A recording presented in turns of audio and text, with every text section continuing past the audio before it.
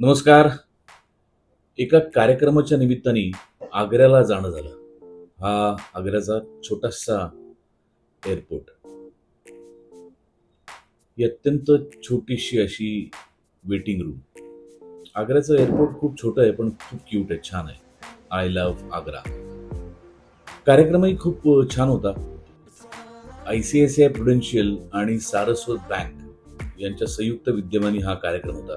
सारस्वत बँकेतल्या लोकांच्या सत्कारासाठी ठेवलेला. त्यांनी ज्या ज्या अचिव्हमेंट्स केल्यात त्यासाठी त्यांचा सत्कार करायचा होता माझ्या हस्ते. ITC मुघल नावाच्या हॉटेलमध्ये माझी व्यवस्था केली होती. फार सुंदर प्रॉपर्टी आहे, प्रचंड मोठी प्रॉपर्टी आहे. सकाळी मी आग्र्यात दाखल झालो आणि तर संध्याकाळी कार्यक्रमाच्या दिशेने चाललेलो आहे. महाराष्ट्र राज्याच्या बाहेर मराठी माणसांनी आपलं ज्या पद्धतीने स्वागत केलं ते बघून मी प्रचंड भारावून गेलो. हे बघा,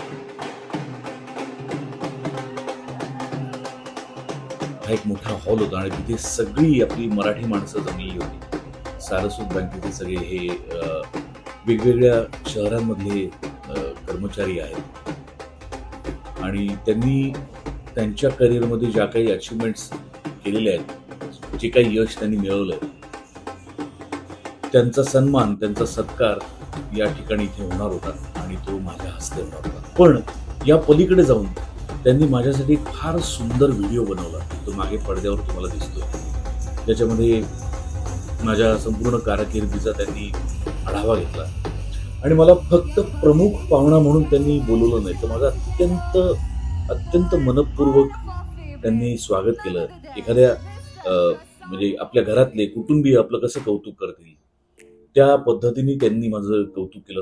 हा व्हिडिओ फार सुंदर बनवला होता, ज्यात माझ्या वेगवेगळ्या चित्रपटांमधले शॉट्स एकत्र करून त्यांनी दाखवले होते. मी येणार आहे हे लोकांना सरप्राईज होतं, त्यांना माहिती नव्हतं. त्यामुळे ते सगळे लोक फार आनंदी होते. म्हणजे असं मला वाटतं की मला बघून त्यांना फार आश्चर्य वाटलं असावं, पण त्यांच्या चेहऱ्यावर दिसत तरी तसं होतं की त्यांना आनंद झालेला आहे मला बघून.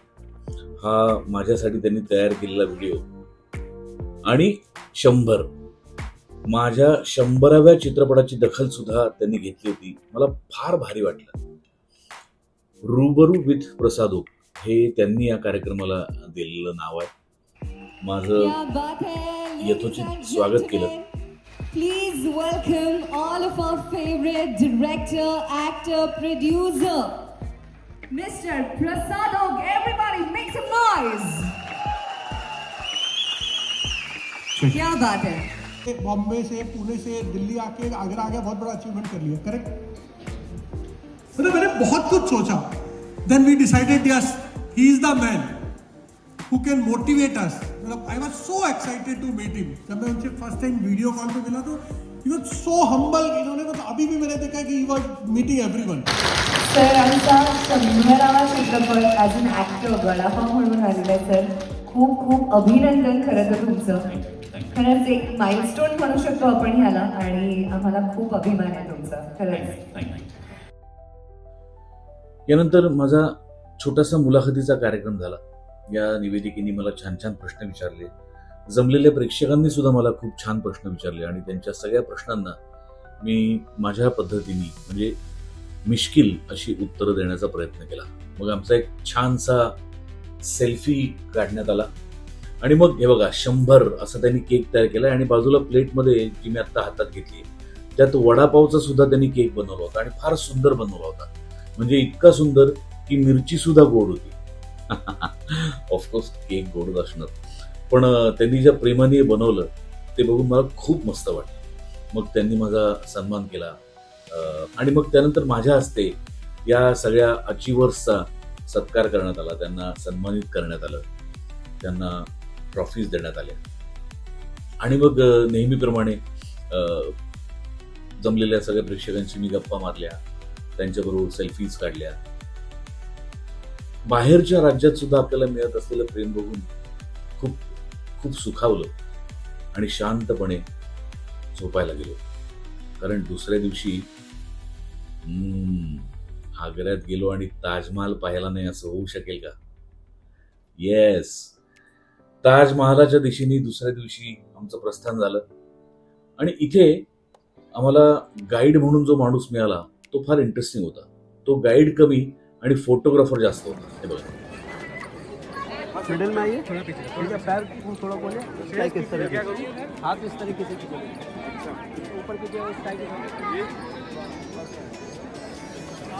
एक सेकंड में, एक और दोबारा.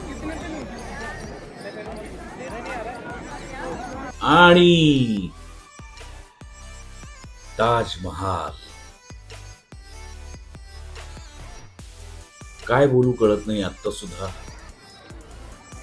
या वास्तूकडे, या इमारतीकडे पाहिलं की सुन्न व्हायला होतं.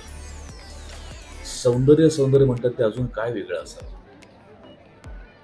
अस्सल प्रेमाचं प्रतीक. याचं मला इन्स्ट्रक्शन देणं चालूच होतं.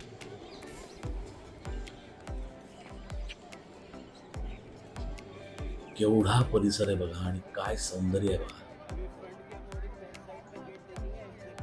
आता जे गेट दिसेल हे मुख्य प्रवेशद्वार. हे लाल दगडात आहे आणि त्याच्यावर पांढऱ्या संगमरवरी दगडाची नक्षी सुद्धा आहे. आणि अशा रीतीने पुण्याच्या पेठांमध्ये राहणारा हा मुलगा आग्र्याचा पेठा घेऊन घरी आला. धन्यवाद.